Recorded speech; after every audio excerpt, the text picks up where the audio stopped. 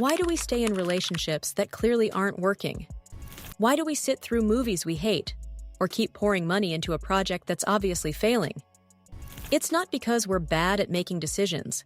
It's because we're human. And one of the biggest psychological traps we fall into is something called the sunk cost fallacy. Today, we're breaking down why we keep making bad decisions and how to stop letting the past control our future.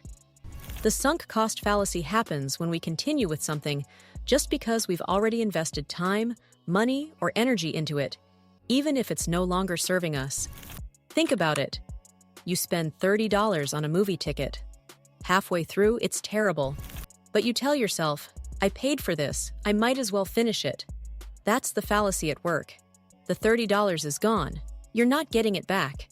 But instead of cutting your losses, you throw in even more of your time, hoping to make it worth it. It's human, but it's not rational.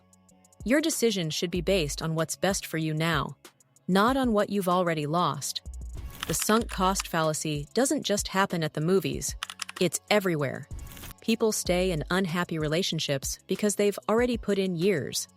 Others cling to jobs they hate just because they studied for them. Businesses often keep funding failing projects to avoid admitting they made a mistake. These choices aren't based on logic. They're fueled by emotion, mainly fear of wasted effort and the discomfort of being wrong. But continuing on a path that no longer serves you only adds more stress, regret, and loss. Instead of cutting losses, we often dig ourselves in deeper, hoping things will somehow improve. The hard truth? They usually don't. The longer we stay stuck, the more we lose, and the harder it becomes to let go. So why do we fall into the sunk cost trap so easily?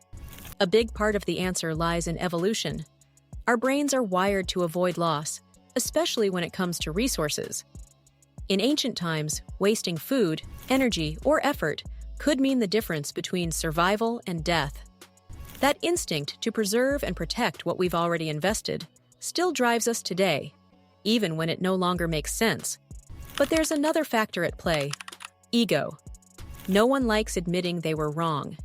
It feels like failure.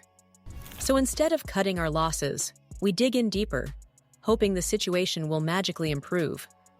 Unfortunately, it usually doesn't.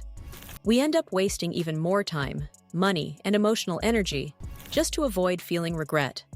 In trying to protect ourselves from loss, we often create even more of it, stuck in decisions we should have left behind long ago. Here's the good news. You can overcome the sunk cost fallacy once you recognize it. Start by asking yourself, if I hadn't already spent time, money, or effort on this, would I still choose it today? If the honest answer is no, then it's probably time to walk away. The key is to focus on future value, not past investments. What's gone is gone, and holding on to it won't bring it back.